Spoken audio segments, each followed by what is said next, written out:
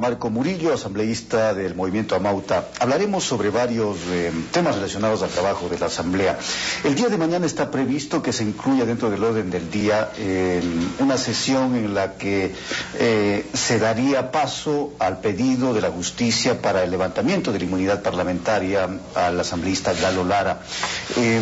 Justamente este tema en las últimas horas está sonando en los pasillos de la Asamblea, pero ¿qué perspectiva hay en torno a si se levantará o no la inmunidad de asambleísta?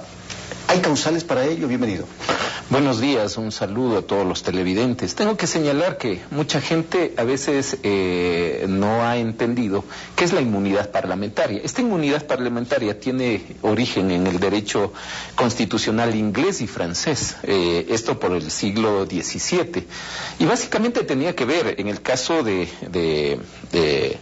había que proteger a los representantes del pueblo, en este caso el Parlamento, con el rey, en el caso de Inglaterra, es decir, habían parlamentarios que cuando el rey quería poner impuestos o se debatía algunas decisiones, en este caso del rey, pues había esa inmunidad para estos parlamentarios para que puedan confrontar, en este caso, a un rey, ¿no es cierto? Y viene desde esa doctrina. Y también los diputados de la Asamblea Nacional Constituyente de 1789 y la Corte de Francia. Entonces, ese es el origen de donde viene. ¿Por qué?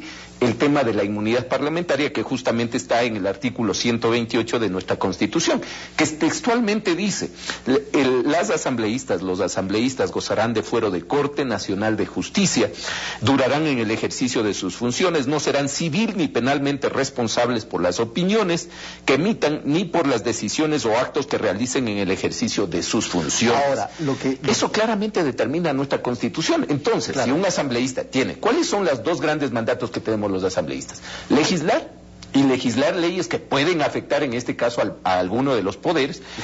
Y fiscalizar. ¿Fiscalizar qué es fiscalizar? Pues justamente mirar los actos de todas las funciones, en este caso del Estado, incluido el Ejecutivo. Ahora, lo que han dicho, sobre todo asambleístas del oficialismo, es que inmunidad no significa licencia para injuriar.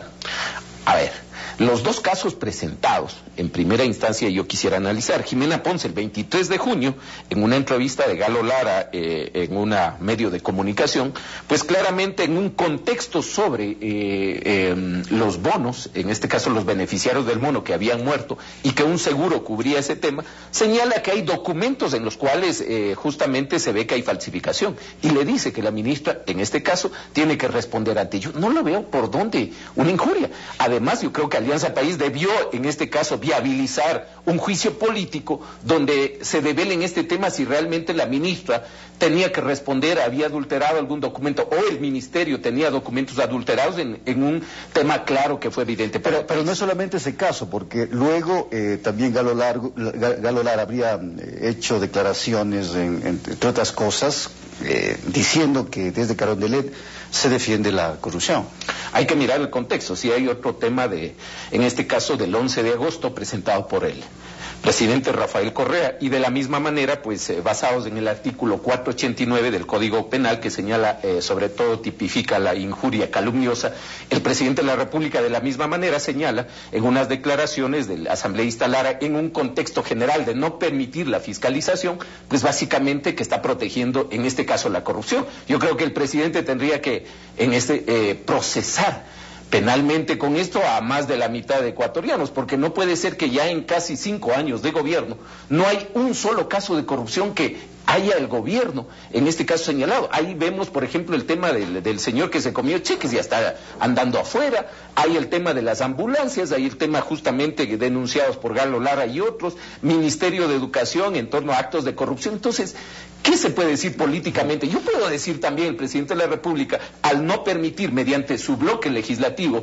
que se procesen los juicios políticos, pues está defendiendo en este caso a la corrupción. Ahora, se necesitarán 63 votos para dar paso al pedido de la justicia o negar el pedido de la justicia. Si es que la Asamblea no se pronuncia, automáticamente Lara pierde la inmunidad. ¿Eso dice la ley?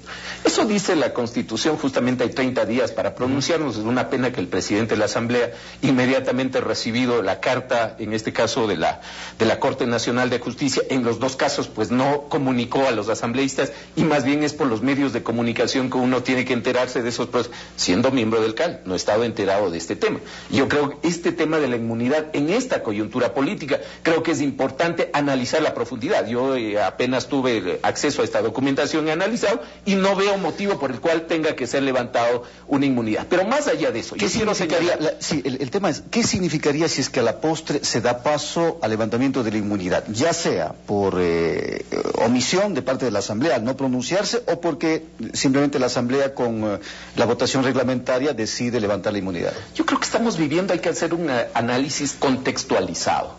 El país está viviendo momentos difíciles, y levantar una inmunidad parlamentaria en este momento político donde el Ejecutivo controla una función importante como es la justicia, directamente se ha visto fallos en los cuales, por ejemplo, hablemos de la presidenta de la Corte Suprema de Justicia de Guayaquil, o sea, da un criterio sobre un tema, pues es destituido, y es aplaudido todo el que a favor del gobierno, en este caso, da sus fallos, sus sentencias, por ejemplo, los 40 millones, por ejemplo, los $100,000, por ejemplo, emitiendo órdenes de prisión. Entonces, ahí vemos que en este caso la inmunidad parlamentaria para los asambleístas que no son de Alianza País es importante conforme lo determina el ordenamiento jurídico, en este caso de la Constitución. Pero más allá de eso, ¿de dónde viene la esencia?